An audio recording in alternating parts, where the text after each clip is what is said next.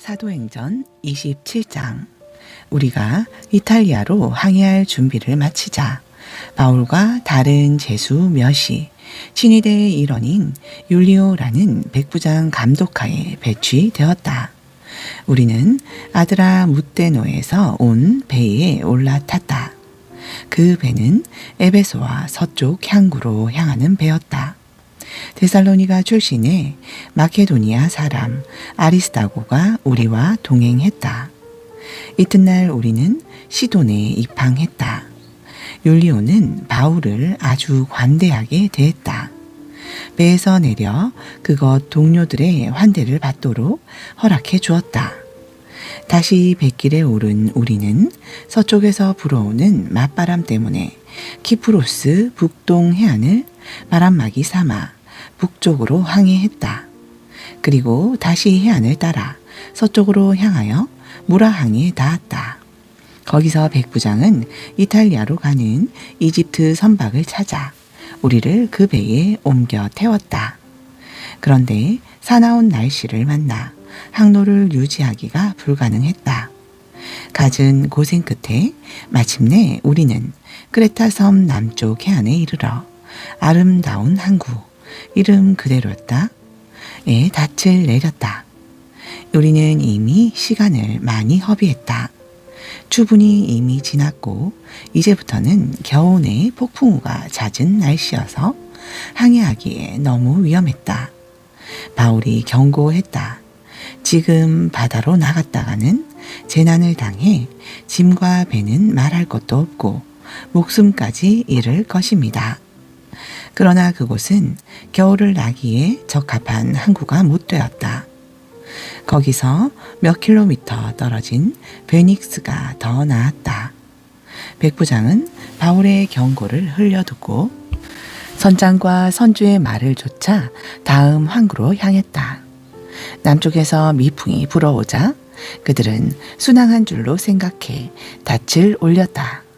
그러나 바다에 나가기가 무섭게 악명 높은 북동풍이 맹렬한 기세로 몰아쳤다. 배는 완전히 그들의 통제를 벗어나고 말았다. 풍랑 가운데 떠다니는 나뭇잎 신세였다. 우리는 가우다라는 작은 섬을 바람막이 삼아 간신히 구명보트를 준비하고 돛을 내렸다. 그러나 모래톱에 바위가 많아 섬에 다가갈 수 없었다. 우리는 닻을 던져 겨우 표류를 막고 바위에 부딪히는 것을 면할 수 있었다. 이튿날 다시 물결이 높아진 데다 폭풍 후에 배가 큰 손상을 입어 우리는 배 밖으로 짐을 던졌다. 사흘째 되는 날에는 선원들이 장비와 식료품까지 내던져 배를 좀 더 가볍게 했다. 해와 별을 보지 못한 지 벌써 여러 날이었다. 바람과 파도가 사정없이 우리를 때렸고 우리는 구조되리라는 희망마저 잃고 말았다. 식욕도 삶의 의욕도 잃어버린 지 오래될 즈음에 바울이 우리 가운데 서서 말했다. 여러분이 크레타에서 내 말을 들었더라면 이 모든 고생과 시련은 피할 수 있었을 것입니다. 그러나 지금부터 상황이 호전될 테니 지난 일에 연연할 것이 없습니다. 우리 가운데 단 한 사람도 물에 빠져 죽는 일은 없을 것입니다. 하지만 배도 무사할 것이라고는 말 못하겠습니다. 배는 파선할 것입니다. 지난 밤에 내가 섬기는 하나님의 천사가 내 곁에 서서 말했습니다. 바울아, 포기하지 마라. 너는 장차 황제 앞에 설 것이다. 너와 함께 항해하는 사람들도 모두 무사할 것이다. 그러니 사랑하는 친구 여러분, 용기를 내십시오. 나는 하나님께서 내게 말씀하신 그대로 행하실 것을 믿습니다. 그러나 우리는 한 섬에 난파될 것입니다. 10나흘째 되는 날 밤에 우리는 아드리아해 어디쯤에서 표류하고 있었다. 자정 무렵에 선원들은 배가 육지 가까이로 다가가고 있음을 직감했다. 수심을 재어보니 약 40m였고 잠시 후에는 약 30m였다. 그들은 배가 자초될까 두려워 닻을 4개 내리고 어서 햇빛이 나기를 빌었다. 선원들 가운데 몇 사람이 배에서 탈출하려고 했다. 그들은 뱃머리에서 닻을 더 내리는 척하면서 구명 보트를 내렸다. 바울이 그들의 속셈을 꿰뚫어 보고는 백부장과 병사들에게 말했다. 이 선원들이 배에 남아 있지 않으면 우리는 다 빠져 죽을 것입니다. 그러자 병사들이 구명보트의 줄을 끊어 그냥 떠내려가게 했다. 동틀 무렵 바울이 사람들을 모두 불러 모아 아침 식사를 권했다. 우리가 음식 없이 지낸 지 벌써 10나흘이 되었습니다. 아무도 음식 생각이 없었습니다. 하지만 이제 뭘 좀 먹어야 합니다. 기력이 있어야 구조도 되지 않겠습니까? 여러분은 상처 하나 입지 않고 여기서 벗어날 것입니다. 그는 빵을 떼어 하나님께 감사하고 모두에게 돌렸다. 다들 실컷 먹었다. 모두 276명이었다. 사람들이 다 배부르게 먹고 남은 곡식은 바다에 버려 배를 가볍게 했다. 날이 밝았으나 아무도 그 땅이 어디인지 알아보지 못했다. 그때 근사한 해안이 펼쳐진 만이 눈에 들어왔다. 그들은 해안가에 배를 대기로 하고 밧줄을 자르고 키를 풀고 돛을 올리고 순풍을 받아 해안으로 향했다. 그러나 뜻대로 되지 않았다. 아직도 해안가로부터 꽤 먼데 배가 암초와 충돌해 부서지기 시작했다. 병사들은 죄수들이 헤엄쳐 탈출하지 못하도록 그들을 죽일 작정이었다. 그러나 백부장이 바울을 구하기 위해 병사들을 막았다. 그는 누구든지 헤엄칠 줄 아는 사람은 물속으로 뛰쳐들어 헤엄쳐 가고 나머지 사람들은 나무 조각을 붙잡으라고 명령했다. 다들 무사히 해안에 닿았다. 28장 인원을 점검해 보니 모두가 무사했다. 우리가 있는 곳이 몰타 섬이라는 것을 알았다. 그곳 원주민들이 우리에게 특별히 친절을 베풀어 주었다. 비가 오고 날이 추워서 우리가 흠뻑 젖자 그들은 큰 불을 피우고 그 주위에 우리를 모이게 했다. 바울도 힘껏 거들기 시작했다. 그가 나뭇가지 한 다발을 모아다가 불에 넣자 불 때문에 깨어난 독사가 그의 손을 물고 놓지 않았다. 원주민들은 바울의 손에 달린 매달린 뱀을 보고 그가 살인자여서 응분의 벌을 받는 것이라고 단정했다. 바울은 손을 털어 뱀을 불 속에 떨어 버렸다. 그는 물리기 전과 다름없이 멀쩡했다. 그들은 그가 급사할 것으로 예상했다가 그런 일이 일어나지 않자 이번에는 그가 신이라고 단정했다. 그 섬의 지역 추장은 보블리오였다. 그는 우리를 손님으로 자기 집에 맞아들여서 몸도 녹이고 사흘 동안 편히 묵게 해주었다.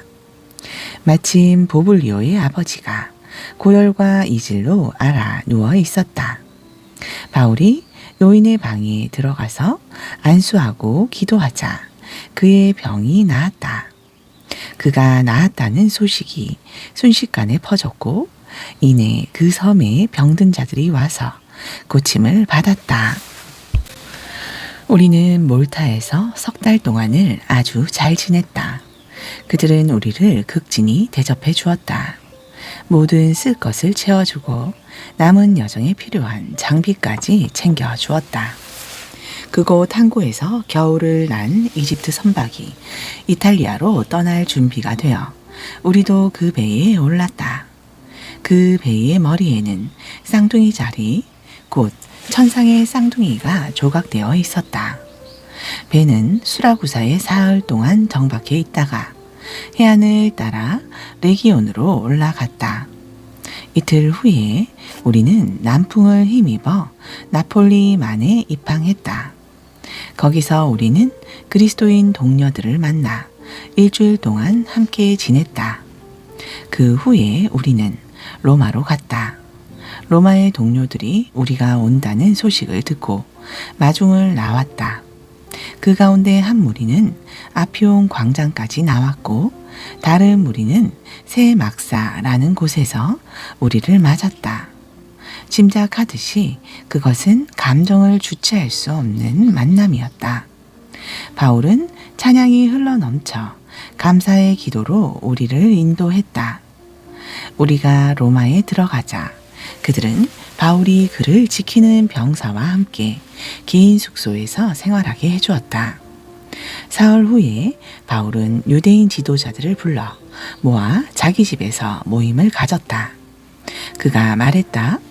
예루살렘의 유대인들이 혐의를 날조해 나를 체포했고 나는 로마 사람들의 손에 수감되었습니다. 분명히 말하지만 나는 유대인의 율법이나 관습에 어긋나게 행동한 것이 전혀 없습니다. 로마 사람들은 혐의 내용을 조사해 사실 무근인 것이 밝혀지자 나를 풀어주려고 했습니다.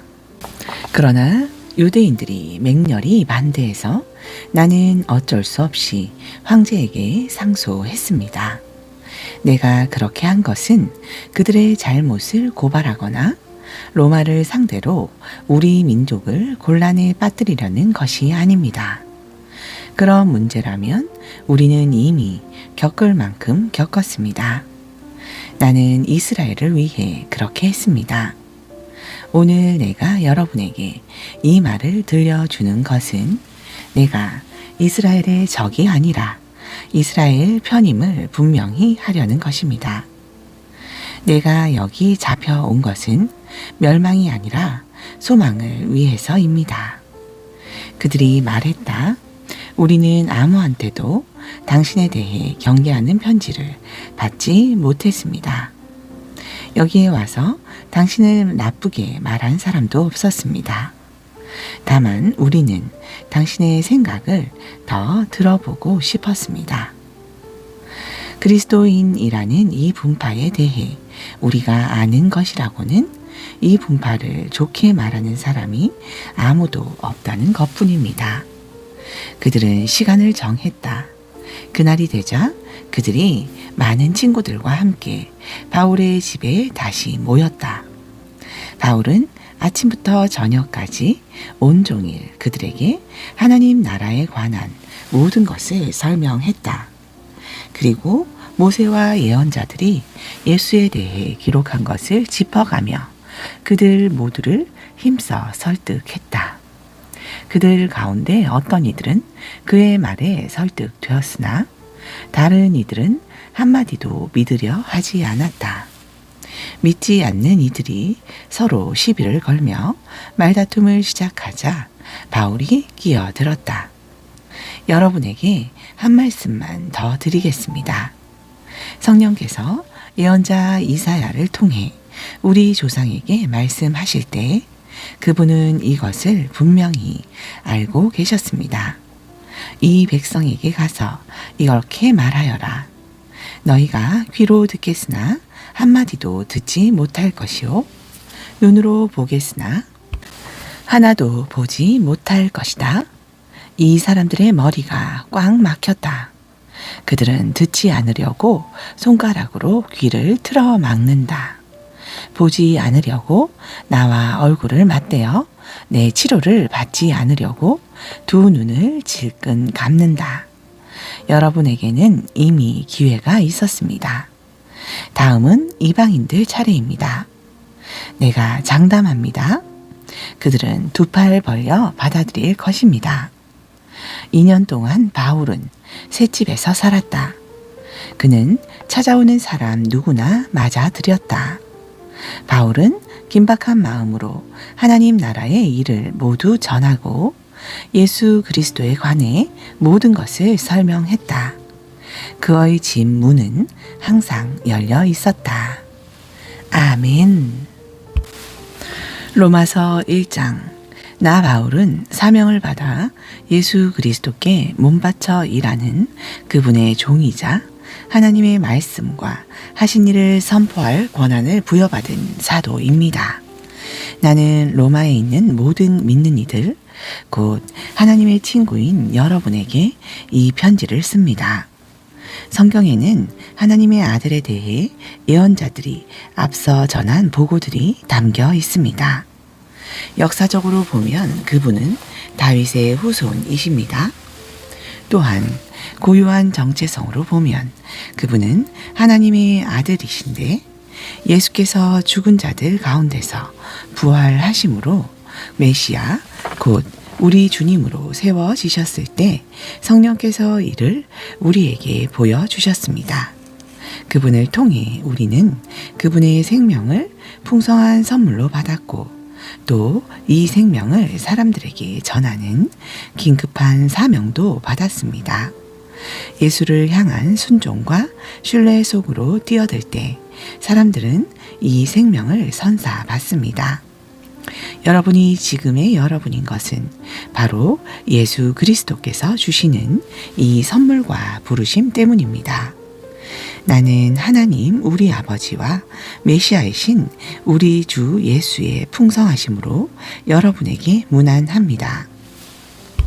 나는 여러분 한 사람 한 사람으로 인해 예수를 통해 하나님께 감사드립니다. 이것이 내가 가장 먼저 하고 싶은 말입니다. 어디를 가든지 사람들은 내게 여러분의 믿음의 삶에 대해 이야기를 들려줍니다. 그런 이야기를 들을 때마다 나는 그분께 감사드립니다. 그리고 그분의 아들에 관한 복된 소식, 곧 메시지를 전할 때에 내가 사랑하여 예배하고 섬기기 원하는 하나님은 아십니다. 내가 기도 중에 여러분을 생각할 때마다 사실은 늘 여러분을 보러 갈 수 있도록 길을 열어달라고 그분께 기도한다는 것을 말입니다. 기다림이 길어질수록 간절함도 더 깊어집니다. 여러분이 있는 그곳에 가서 하나님의 선물을 직접 전해주고 여러분이 더욱 강건해져 가는 모습을 내 눈으로 직접 볼 수 있기를 내가 얼마나 원하는지요. 하지만 이 과정에서 내가 여러분에게 주려고만 한다고 생각하지 마십시오.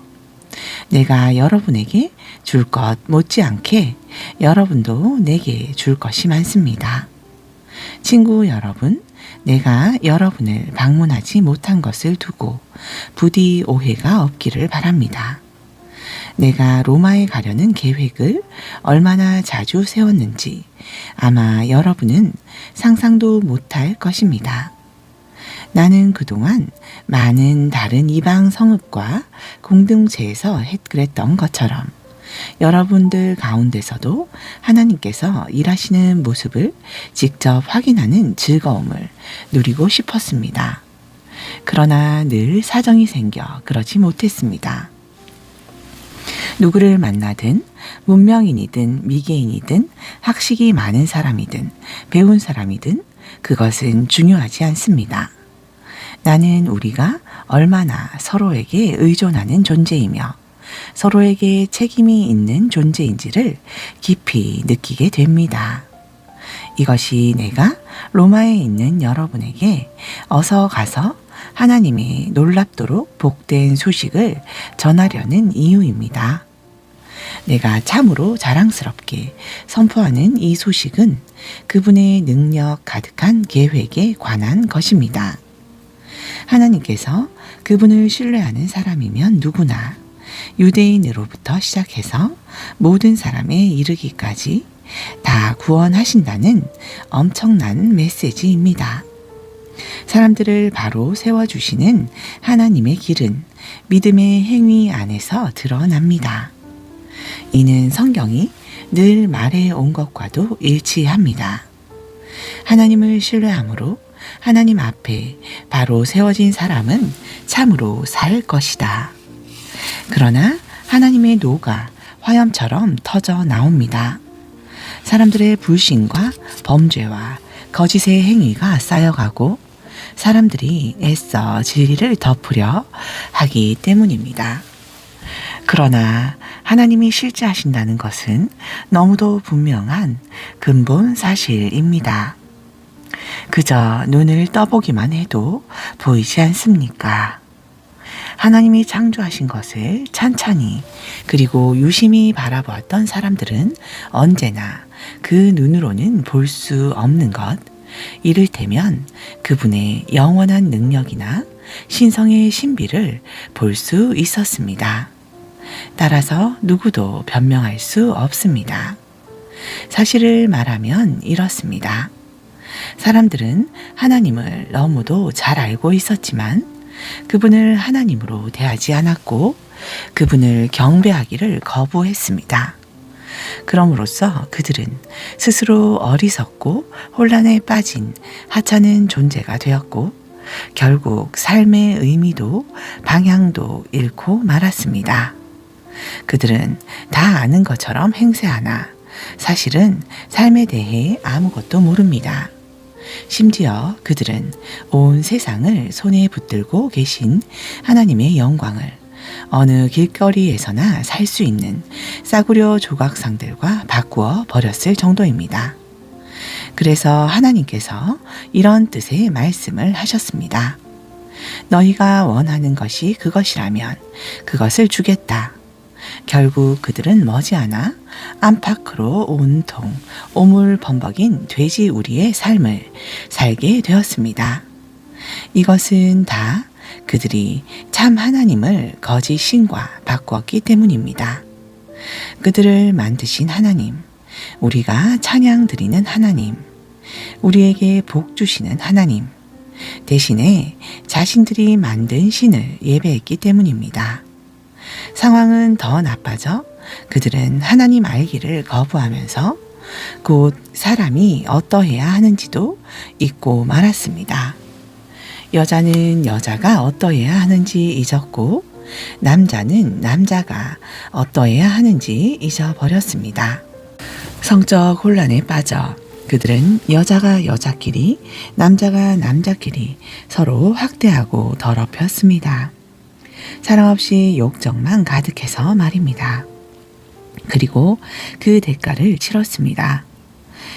그 대가가 무엇인지 보십시오. 그들은 하나님과 사랑이 빠져버린 불경하고 무정한 비참한 존재가 되고 말았습니다. 그들이 하나님 인정하기를 귀찮아하자 하나님도 그들에게 간섭하기를 그만두시고 제멋대로 살도록 내버려 두셨습니다. 그러자 그야말로 지옥판이 벌어졌습니다. 악이 들끓고 욕망의 아수라장이 벌어지고 악독한 중상모략이 판을 쳤습니다. 시기와 무자비한 살인과 언쟁과 속임수로 그들은 이 땅의 삶을 지옥으로 만들어 버렸습니다. 그들을 보십시오. 비열한 정신에 도끼에 일구이연하며 하나님을 맹렬히 욕하는 자들입니다. 깡패요, 건달이요, 참을 수 없는 떠버리들입니다. 그들은 삶을 파멸로 이끄는 새로운 길을 끊임없이 만들어냅니다. 그들은 자기 인생에 방해가 될 때는 부모조차도 저버립니다. 우둔하고 비열하고 잔인하고 냉혹한 자들입니다. 그들이 뭘 몰라서 그러는 것이 아닙니다. 그들은 자기들이 하나님의 얼굴에 침을 뱉고 있다는 사실을 너무도 잘 알고 있습니다. 하지만 그들은 개의치 않습니다. 오히려 가장 나쁜 짓을 가장 잘하는 이들에게 상까지 주고 있습니다. 2장, 그들은 그렇게 어둠 속으로 끝없이 추락하고 있습니다. 그러나 여러분이 그들에게 손가락질할 만한 고상한 위치에 있다고 생각한다면 생각을 바꾸십시오. 누군가를 비난할 때마다 여러분은 자신을 정죄하는 것입니다. 여러분도 다르지 않기 때문입니다. 남을 판단하고 비난하는 것은 자신의 죄와 잘못이 발각되는 것을 모면해 보려는 흔한 술책입니다. 그러나 하나님께서는 그렇게 호락호락 하신 분이 아닙니다. 그분은 그 모든 술책을 꿰뚫어 보시며 그러면 너는 어떤지 보자고 하십니다. 혹시 다른 사람을 손가락질하면 여러분이 저지른 모든 잘못에 대해 하나님의 주의를 돌릴 수 있다고 생각했습니까? 하나님의 책망을 면할 수 있다고 생각했습니까? 하나님은 너무나 좋은 분이므로 여러분의 죄를 그냥 눈 감아 주실 것이라고 생각했습니까? 그렇다면 처음부터 생각을 완전히 달리 하는 것이 좋습니다. 예, 하나님은 좋은 분이십니다. 그러나 결코 만만한 분은 아니십니다. 하나님이 좋은 분이라는 말은 우리 손을 꼭 붙잡고서 우리의 근본적인 삶의 변화 속으로 이끌어 주신다는 말입니다. 얼렁뚱땅 넘어갈 생각은 마십시오. 하나님을 거부하고 회피하는 일은 다 무엇이든 불을 키우는 일입니다. 그 불이 마침내 뜨겁게 활활 타오를 날, 하나님의 의롭고 불같은 심판의 날이 다가오고 있습니다. 착각하지 마십시오. 여러분은 결국 여러분이 자초한 결과에 직면하게 될 것입니다. 하나님 편에서 일하는 이들에게는 참 생명이, 자기 마음대로 고집하며 쉽게만 살려는 이들에게는 불이 찾아올 것입니다. 하나님의 길을 거부한다면 데일 수밖에 없습니다. 여러분이 어디에서 살았고 어떤 부모 밑에서 자랐고 어떤 학교를 다녔는지는 아무 상관이 없습니다. 다만 여러분이 하나님이 행하시는 길을 받아들이고 따르면 어마어마한 유익이 있을 것입니다. 이 또한 여러분의 출신이나 성장 배경과는 아무 상관이 없습니다. 유대인이라고 해서 하나님께 자동적으로 인정받는 법은 없습니다. 하나님은 여러분에 대한 다른 사람들의 말 혹은 여러분 스스로의 생각에 전혀 상관치 않으십니다. 그분은 스스로 판단하십니다.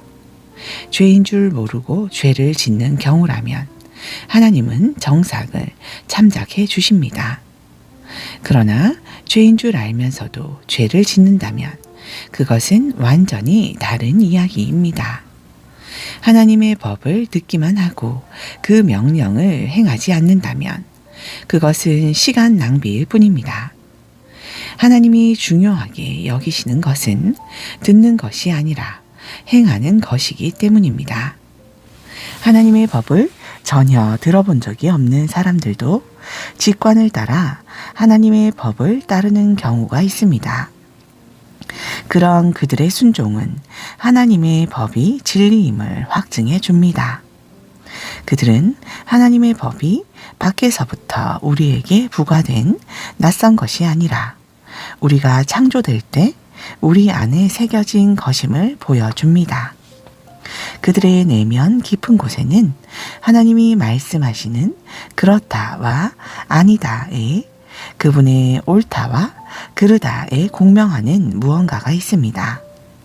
하나님의 그렇다와 아니다에 대해 그들이 어떻게 응답했는지는 하나님께서 모든 남녀들에게 대해 최종 심판을 내리시는 그날 온 천하에 다 공개될 것입니다. 이는 내가 예수 그리스도를 통해 선포하는 하나님의 메시지에 다 들어있는 이야기입니다. 유대인으로 성장한 이들에게 말합니다. 여러분의 종교가 여러분이 기댈 수 있는 안전한 품이라도 되는 줄 착각하지 마십시오. 하나님의 계시에 정통하다고 하나님의 관에서라면 최신 교리까지 다 꿰고 있는 최고 전문가라고 목에 힘주고 다니지 마십시오. 특히 스스로 다 갖추었다고 확신하는 여러분. 하나님의 계시된 말씀을 속속들이 다 알기 때문에 어두운 밤길을 헤매면서 하나님에 대해 혼란스러워하는 이들에게 길 안내자가 되어줄 수 있다고 자처하는 여러분에게 경고해 줄 말이 있습니다. 여러분이 다른 사람들을 인도한다고 하지만 정작 여러분은 어떻습니까? 나는 지금 정색하고 말합니다. 도둑질하지 말라고 설교하는 여러분이 어찌하여 도둑질을 합니까? 얼마나 감쪽 같은지요. 간음도 마찬가지입니다. 우상 숭배도 마찬가지입니다. 그러면서도 여러분은 하나님과 그분의 법에 대해 온갖 유창한 언변을 늘어놓으며 용케도 잘 빠져나갑니다. 이것은 어제 오늘의 일도 아닙니다. 너희 유대인들 때문에 이방인들에게서 하나님이 욕을 먹는다는 성경 구절도 있듯이 말입니다. 할례는 어떻습니까? 여러분이 유대인임을 표시해주는 그 수술 의식은 좋은 것입니다. 여러분이 하나님의 율법에 맞게 산다면 그렇습니다. 그러나 여러분이 하나님의 율법을 따라 살지 않는다면 차라리 할례를 받지 않는 것이 낫습니다. 그 반대도 마찬가지입니다. 할례를 받지 않고도 하나님의 길을 따라 사는 이들은 할례 받은 이들 못지 않습니다. 사실 더 낫습니다. 할례는 받지 않았어도 하나님의 율법을 지키는 것이 할례를 받고도 율법을 지키지 않는 것보다 낫습니다. 칼로 뭔가를 잘라낸다고 유대인이 되는 것은 아닙니다. 유대인인지 아닌지는 여러분이 어떤 사람인지에 달린 일입니다. 여러분을 유대인으로 만들어주는 것은 여러분 마음에 새겨진 하나님의 표시이지 여러분 피부에 새겨진 칼자국이 아닙니다. 그리고 중요한 것은 하나님께 인정받는 것이지 율법 전문가들한테 인정받는 것이 아닙니다. 3장. 그렇다면 유대인인 것과 아닌 것, 다시 말해 하나님의 길에 대해 훈련받은 것과 그렇지 못한 것은 무슨 차이가 있을까요? 사실 큰 차이가 있습니다. 그러나 사람들이 흔히 생각하는 그런 차이는 아닙니다. 우선 유대인들에게는 하나님의 계시, 곧 성경을 기록하고 보존할 책임이 맡겨졌습니다. 그 과정에서 유대인들 중 일부가 자신의 임무를 저버렸던 것은 사실이지만 하나님은 그들을 저버리지 않으셨습니다. 여러분은 그들이 신실하지 못했다고 해서 하나님도 신실하기를 포기하실 수 있다고 생각합니까? 결코 그럴 수 없습니다. 세상이 다 거짓말을 일삼을 때에도 하나님은 끝까지 당신이 하신 약속을 지키시는 분입니다. 이 말은 틀림없습니다. 성경도 그렇게 말합니다. 주님의 말씀은 변함이 없고 참 되십니다. 거부를 당해도 주님은 흔들리시지 않습니다. 그런데 이런 질문이 나올 수 있습니다. 우리의 악한 행위가 오히려 하나님의 의로운 행위를 분명히 드러내고 확증한다면 그 일로 우리는 오히려 칭찬받아야 하는 것 아닌가? 우리의 악한 말이 그분의 선한 말씀에 흠집 하나 내지 못한다면 하나님께서 우리를 다그쳐 우리 말에 책임을 묻는 것은 잘못된 것이 아닌가? 그 질문에 대한 대답은 아니다입니다. 결코 그렇지 않습니다. 생각해 보십시오. 하나님께서 바르지 않은 일을 하신다면 어떻게 그분께서 세상을 바로 세우실 수 있겠습니까? 그저 심사가 뒤틀려서 이렇게 말할 수도 있습니다. 나의 거짓됨이 하나님의 참되심을 더욱 영광스럽게 드러내준다면 왜 내가 비난을 받아야 하는가? 하나님한테 좋은 일을 하는 것인데 실제로 어떤 이들은 우리가 그렇게 말한다고 말을 퍼뜨리기도 합니다. 그들은 우리가 악을 더 많이 행할수록 하나님은 선을 더 많이 행하시니 악을 더 많이 행하자고 말하며 다닌다고 주장합니다. 이는 순전히 중상모략인 것을 여러분도 잘 아시리라 믿습니다. 그렇다면 우리의 처지는 어떻습니까? 우리 유대인들이 다른 이들보다 더 운이 좋은 것일까요? 사실 그렇지 않습니다. 기본적으로 우리는 유대인이든 이방인이든 모두 똑같은 조건에서 출발합니다. 다시 말해 우리는 다 죄인으로 출발합니다. 이 점에 대해 성경은 더할 나위 없이 분명히 말합니다. 바르게 사는 자 아무도 없다. 단 한 사람도 없다. 사리 분별하는 자 아무도 없고 하나님께 깨어있는 자 아무도 없다. 다들 잘못된 길로 접어들어 다들 막다른 길에서 헤매고 있다. 바르게 사는 자 아무도 없다. 그런 사람 단 한 사람도 나는 찾을 수 없다. 그들의 목은 입이 열린 무덤이요 혀는 진흙 비탈길처럼 반지르르하다. 하는 말마다 독이 서렸고 입을 열면 공기를 오염시킨다. 올해의 죄인이 되려고 각축전을 벌이며 세상을 온통 비통과 파멸로 어지럽힌다. 사람들과 더불어 사는 법이라고는 기본조차 모르는 그들, 하나님은 안중에도 없다. 그렇다면 분명하지 않습니까?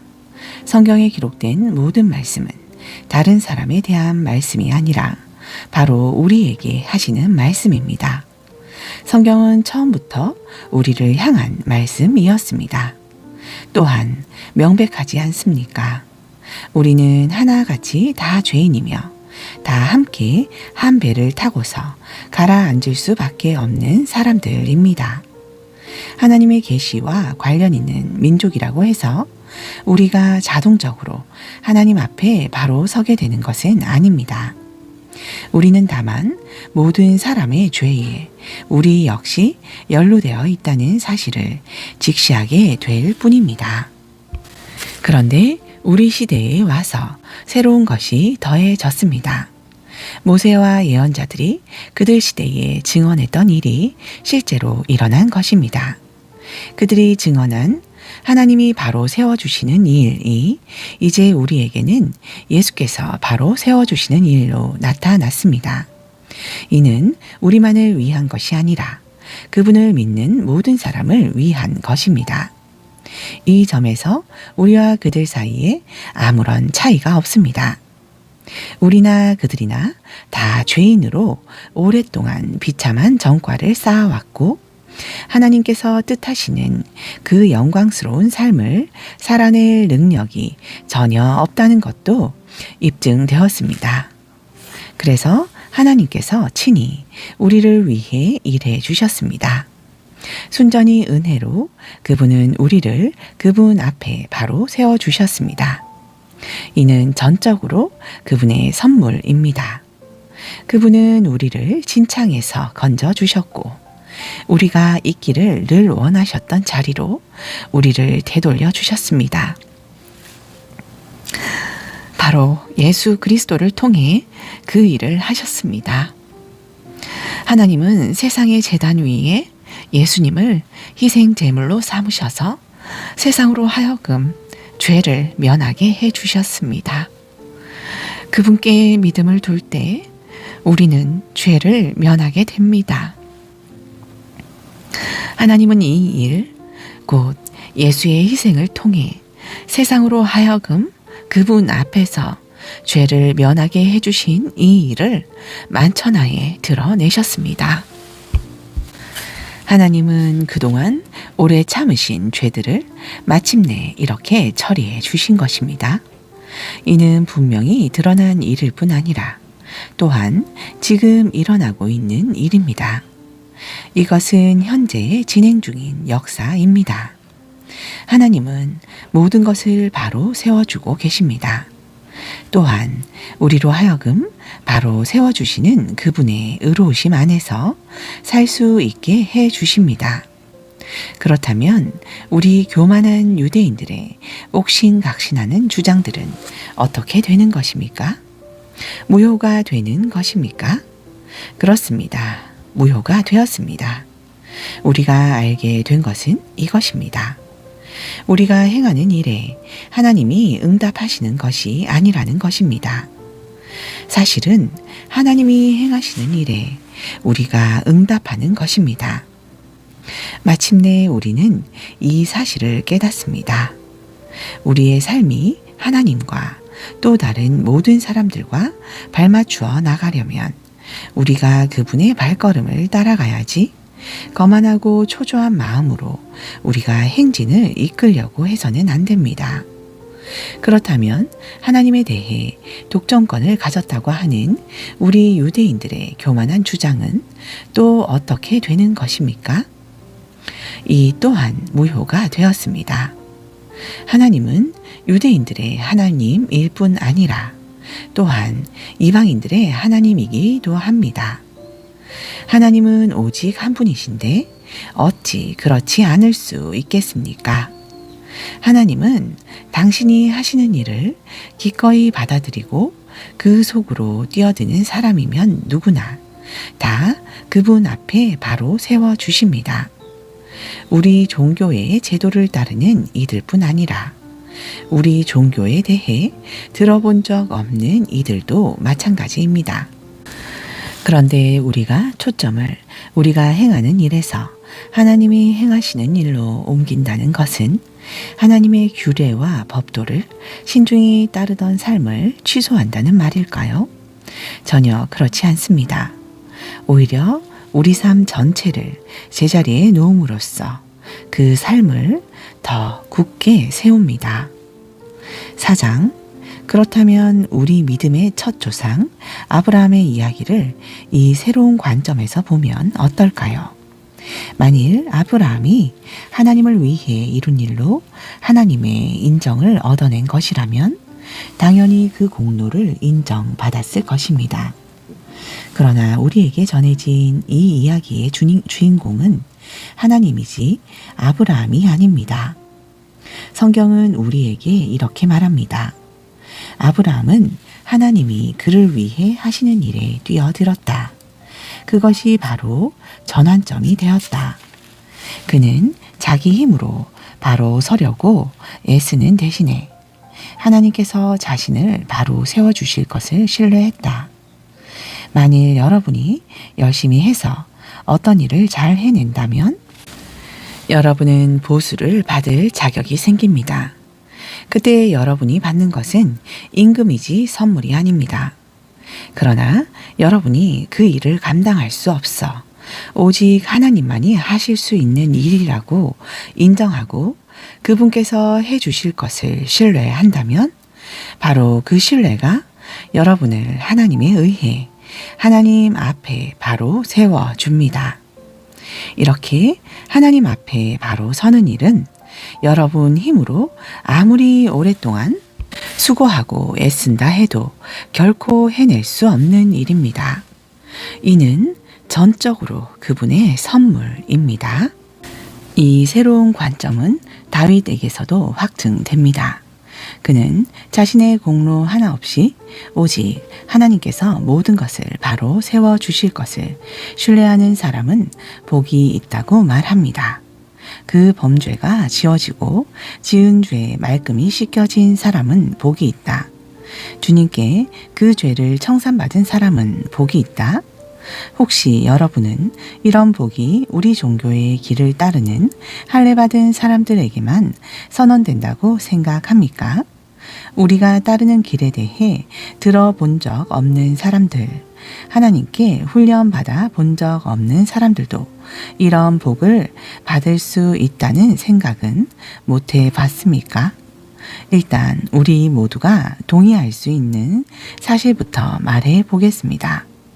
아브라함이 하나님께 합당하다고 선언된 것은 그가 하나님께서 그를 위해 하시는 일을 받아들였기 때문입니다.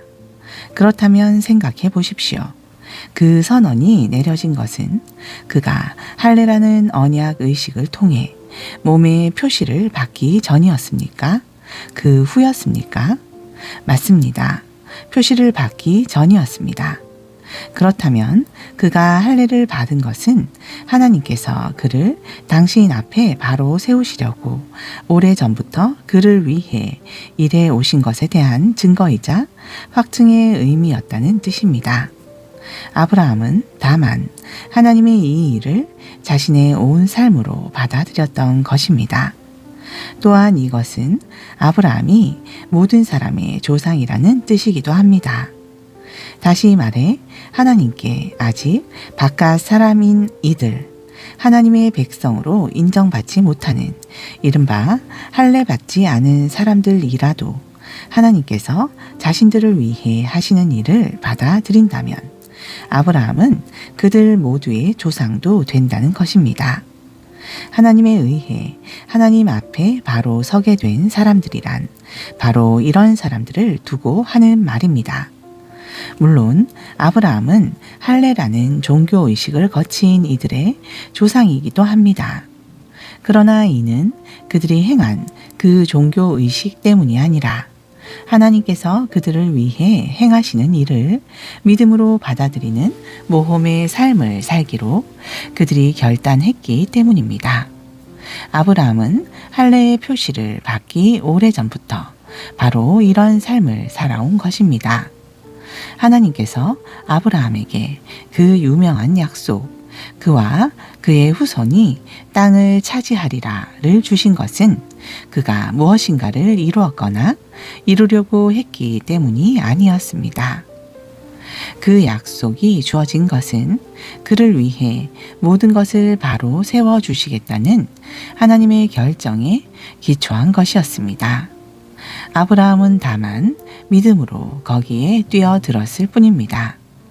만일 우리가 하나님께 무언가를 얻는 것이 자기가 해야 할 일을 다 마치고 온갖 서류를 다 구비해야만 비로소 가능한 일이라면 인격적 신뢰가 들어설 여지는 아예 사라지고 약속은 냉혹한 계약으로 바뀌고 맙니다. 그런 것은 거룩한 약속이 아닙니다. 사업상 거래일 뿐입니다. 빈틈없는 변호사가 깨알 같은 글씨로 작성한 계약서는 우리가 얻을 것이 전혀 없을 것이라는 사실만 확인해 줄 뿐입니다. 그러나 애초에 계약이란 없고 약속만이, 그것도 하나님의 약속만이 있는 것이라면 그것은 여러분이 깰 수 있는 것이 아닙니다.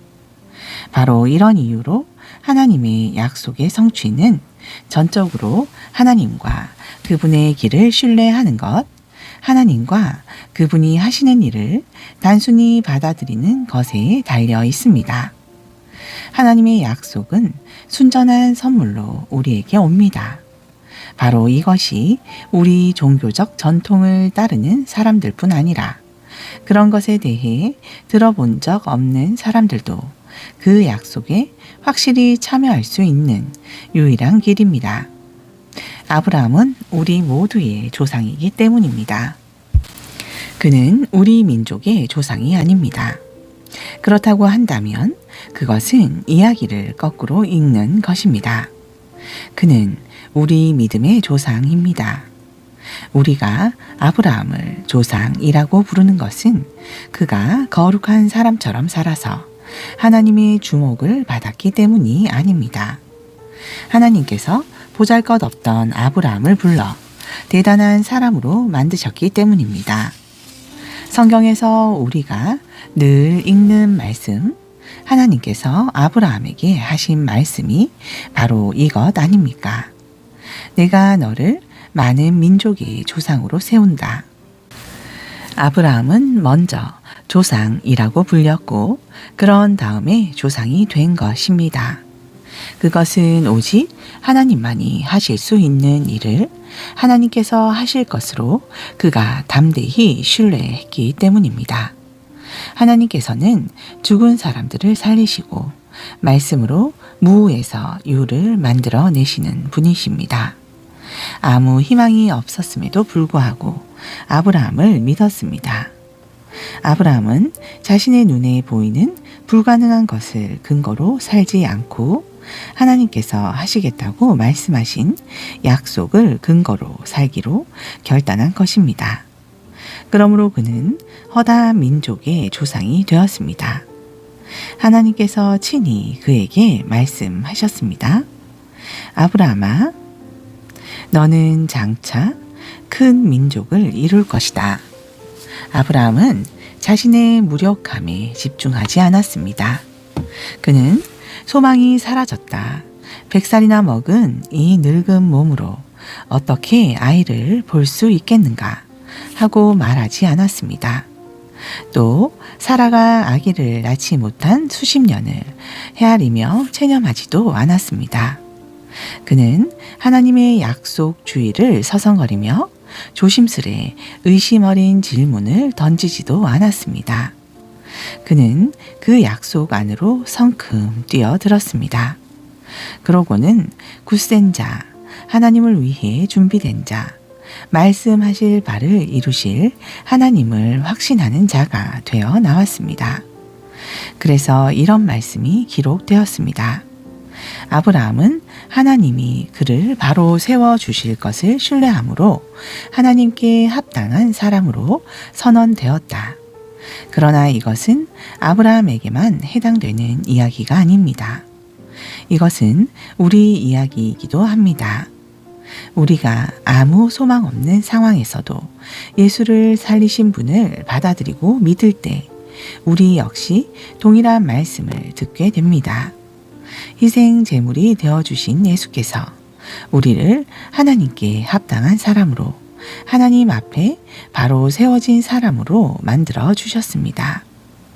5장 하나님께서 우리를 위해 늘 하고자 하셨던 일, 곧 그분 앞에 우리를 바로 세워 주시고 그분께 합당한 사람으로 만들어 주는 일에 우리는 믿음으로 뛰어들었습니다. 그러므로 지금 우리는 우리 주인이신 예수로 말미암아 하나님 앞에서 이를 누리고 있습니다. 그뿐 아닙니다. 하나님을 향해 우리 문을 활짝 열어 제치는 순간 우리는 그분께서 이미 우리를 향해 문을 활짝 열어놓고 계셨음을 발견합니다.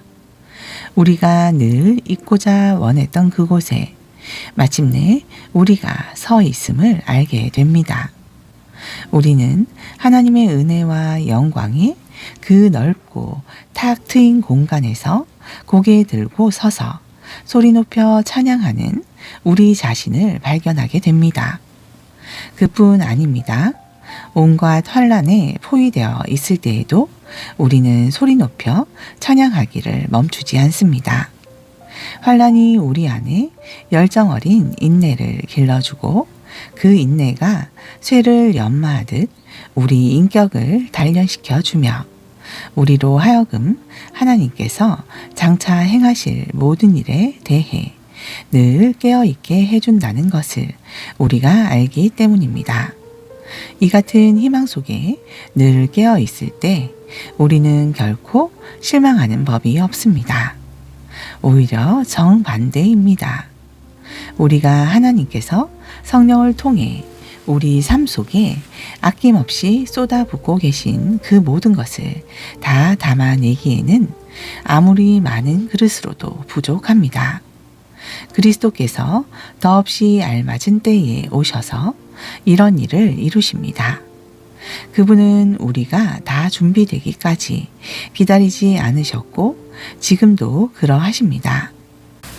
우리가 너무 약하고 반항적이어서 전혀 준비되어 있지 않았던 그때에 그분은 자기 자신을 이 희생적 죽음에 내어 주셨습니다.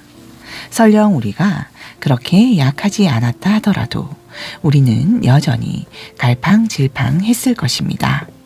우리는 목숨을 바칠 만한 가치가 있다고 여기는 사람을 위해 대신 죽는 것은 이해할 수 있습니다. 또 선하고 고귀한 사람을 보면 우리 안에 그를 위해 기꺼이 희생하고자 하는 마음이 일어난다는 사실도 알고 있습니다. 그러나 하나님은 우리가 그분께 아무 쓸모가 없을 때에 당신의 아들을 희생적 죽음에 내어 주심으로 그렇게 우리를 위해 당신의 사랑을 아낌없이 내놓으셨습니다. 이 희생적 죽음, 이 완성된 희생 제사를 통해 우리는 하나님 앞에 바로 세워졌습니다. 그러므로 이제는 더 이상 하나님과 사이가 멀어질 일은 없습니다. 생각해 보십시오. 우리가 최악이었을 때에도 그분 아들의 희생적 죽음을 통해 우리와 하나님 사이가 친밀하게 되었습니다. 그렇다면 우리가 최선인 지금 그분의 부활 생명이 우리 삶을 얼마나 드넓고 깊게 하겠습니까? 하나님과 친구가 되는 이 엄청난 선물을 실제로 받아 누리고 있는 우리는 더 이상 단조로운 산문적 표현에 만족할 수 없습니다. 우리는 노래하고 외칩니다. 메시아 예수를 통해 하나님께 우리의 찬양을 드립니다. 여러분은 아담이 어떻게 우리를 죄와 죽음이라는 딜레마에 처하게 만들었는지 들어서 알고 있을 것입니다. 죄와 죽음으로부터 자유로운 사람은 아무도 없습니다. 죄는 만물과 하나님과의 관계, 또 모든 사람과 하나님과의 관계에 해를 끼쳐 왔지만 하나님께서 모세를 통해 자세히 상술해 주시기까지는 그 해가 어느 정도인지 분명치 않았습니다. 그처럼 죽음, 곧 우리와 하나님 사이를 갈라놓는 그 거대한 심연은 아담으로부터 모세에 이르는 시간에도 위세를 떨쳤습니다. 하나님이 주신 특정 명령에 불순종했던 아담과 같은 죄를 짓지 않은 이들도 모두 이러한 생명의 끊어짐, 곧 하나님과의 분리를 경험해야만 했습니다. 그러나 우리를 이런 지경에 빠뜨린 아담은 또한 우리를 거기서 구원해 주실 분을 앞서 가리키는 존재이기도 합니다. 그러나 우리를 구출하는 이 선물은 죽음을 초래하는 그 죄와 비교가 되지 않습니다. 생각해 보십시오. 한 사람의 죄가 수많은 사람들을 하나님과의 분리라는 그 죽음의 신위원에 밀어 넣었다고 할 때 한 사람 예수 그리스도를 통해 쏟아 부어지는 이 하나님의 선물은 우리에게 어떤 것을 가져다 줄까요? 죽음을 초래하는 그 죄와 넘치는 생명을 가져오는 이 선물은 서로 비교할 수 없습니다. 그 죄에 대한 편결로는 죽음의 선고가 내려졌지만 뒤따른 많은 다른 죄들에 대한 편결로는 경이로운 생명 선고가 내려졌습니다. 한 사람의 잘못을 통해 죽음이 위세를 떨쳤다면 이제 한 사람 예수 그리스도께서 마련해 주신 이 어마어마한 생명의 선물, 이 모든 것을 바로 세우시는 장대한 일을 두 팔 벌려 받아들이는 이들 안에서 이 생명이 이루어낼 가슴 벅찬 회복, 우리를 다스리는 생명, 그것이 어떤 것일지 여러분은 상상할 수 있겠습니까? 한마디로 말하면 이렇습니다. 한 사람이 잘못을 범해 우리 모두가 죄와 죽음이라는 공경에 처하게 된 것처럼 또 다른 한 사람이 올바른 일을 함으로써 우리 모두가 거기서 벗어날 수 있게 되었습니다. 사실 우리는 단순히 공경에서 건져진 것 이상입니다. 그분은 우리를 생명 속으로 이끌어 들이셨습니다. 한 사람이 하나님께 아니요 라고 말함으로써 많은 사람이 잘못되었고 한 사람이 하나님께 예 라고 말함으로써 많은 사람이 바르게 되었습니다. 일시적인 율법이 죄와 맞서 할 수 있었던 것이라고는 더 많은 율법 위반자들을 만들어내는 것이 전부였습니다. 그러나 죄는 우리가 은혜라고 부르는 그 전투적 용서에는 도저히 맞수가 되지 못합니다. 죄와 은혜가 맞설 때 이기는 쪽은 언제나 은혜입니다. 죄가 할 수 있는 일이라고는 죽음으로 우리를 위협하는 것이 전부인데 이제 그 일도 끝났습니다. 하나님께서 메시아를 통해 모든 것을 다시 바로 세우고 계시기에 은혜는 우리를 생명의 삶 속으로 이끌어 드립니다. 끝없는 삶, 다함 없는 세상 속으로 말입니다. 6장. 그렇다면 이제 우리는 어떻게 할까요? 혹시 하나님이 계속해서 용서를 베풀어 주시도록 계속해서 죄를 지을까요? 그렇지 않기를 바랍니다. 죄가 다스리는 나라를 떠난 사람이 어떻게 거기 있는 옛 집에서 계속 살 수 있단 말입니까? 우리는 짐을 꾸려 영원히 그곳을 떠났다는 사실을 모르십니까? 우리가 세례받을 때 일어난 일이 바로 이것입니다. 물 아래로 들어갔을 때 우리는 죄라는 옛 나라를 뒤에 남겨두고 떠난 것입니다. 그 물에서 올라올 때 우리는 은혜라는 새 나라에 들어간 것입니다. 새로운 땅에서의 새로운 삶 속으로 말입니다. 우리가 받은 세례의 의미가 바로 이것입니다. 세례는 예수의 삶 속으로 들어가는 것입니다. 물에 들어갔을 때 우리는 예수처럼 죽어 매장된 것입니다. 물 위로 일으켜졌을 때 우리는 예수처럼 부활한 것입니다. 우리 한 사람 한 사람을 우리 아버지 하나님이 일으켜 세우셔서 빛이 가득한 세상에 들어가게 해주셨고, 그래서 지금 우리는 은혜가 다스리는 그 새 나라에서 길을 찾아 살게 되었습니다. 너무도 분명하지 않습니까? 우리 옛삶은 그리스도와 함께 십자가에 못 박혔습니다. 죄의 삶, 그 비참한 삶의 종지부를 찍은 것입니다. 이제 우리는 더 이상 죄에 이리저리 휘둘리지 않습니다. 우리는 믿습니다. 그리스도의 죽음은 죄를 정복하는 죽음입니다. 그 죽음에 우리가 들어갔다면 또한 우리는 그분의 부활, 곧 생명을 구원하는 그 부활 속으로도 들어갑니다.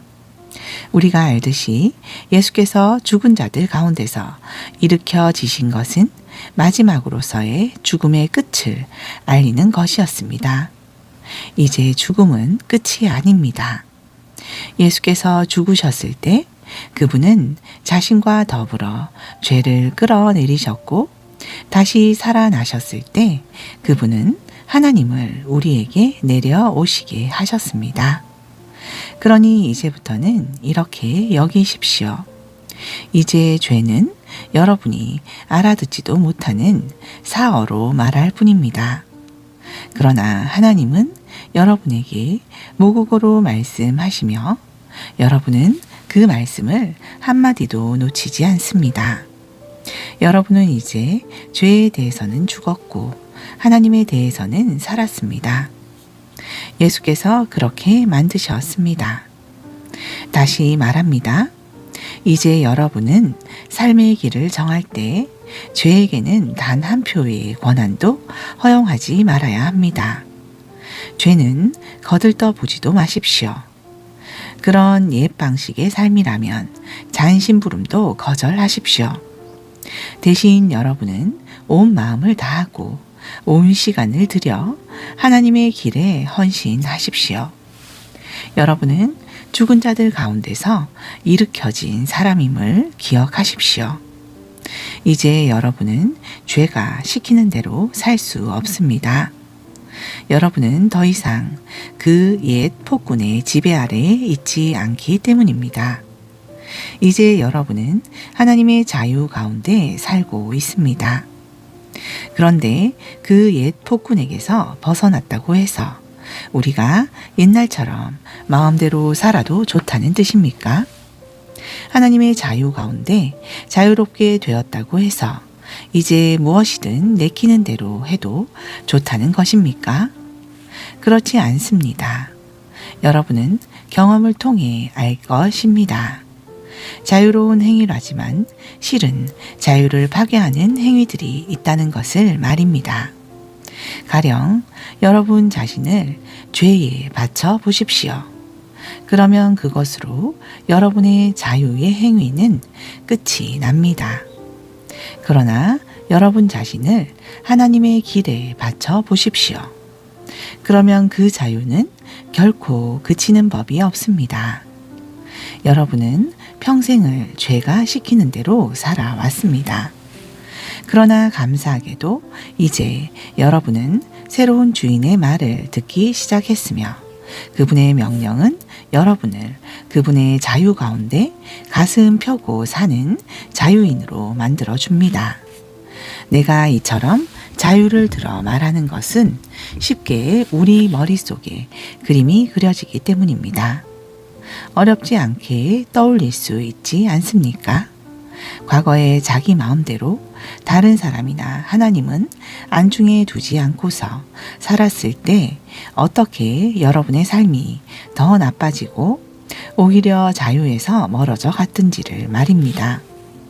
그러나 이제 하나님의 자유 가운데 사는 여러분의 삶, 거룩함으로 치유받고 드넓어진 여러분의 삶은 얼마나 다릅니까?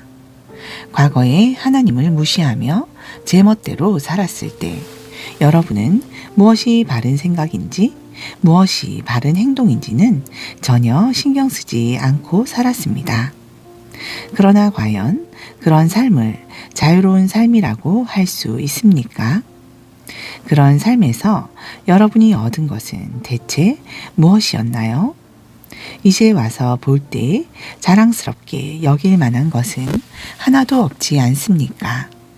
그런 삶이 여러분을 마침내 데려간 곳은 어디였나요? 막다른 길뿐이었습니다. 그러나 더 이상 죄가 시키는 대로 살 필요가 없다는 사실을 알게 된 지금, 하나님의 말씀을 듣고 따르는 즐거움을 알게 된 지금, 여러분 놀랍지 않습니까? 여러분은 지금 온전한 삶, 치유된 삶, 통합된 삶을 누리고 있습니다. 또한 이 삶은 갈수록 더 풍성해집니다. 죄를 위해 평생 일해 보십시오. 결국 여러분이 받게 될 연금은 죽음이 전부입니다. 그러나 하나님의 선물은 우리 주 예수께서 전해주시는 참된 삶, 영원한 삶입니다. 7장, 친구 여러분, 여러분은 내가 하는 말을 이해하는데 어려움이 없을 것입니다. 여러분은 율법에 대해서라면 박식한 전문가들이기 때문입니다. 여러분이 잘 알듯이 율법의 적용과 효력은 살아있는 사람들에게만 해당됩니다.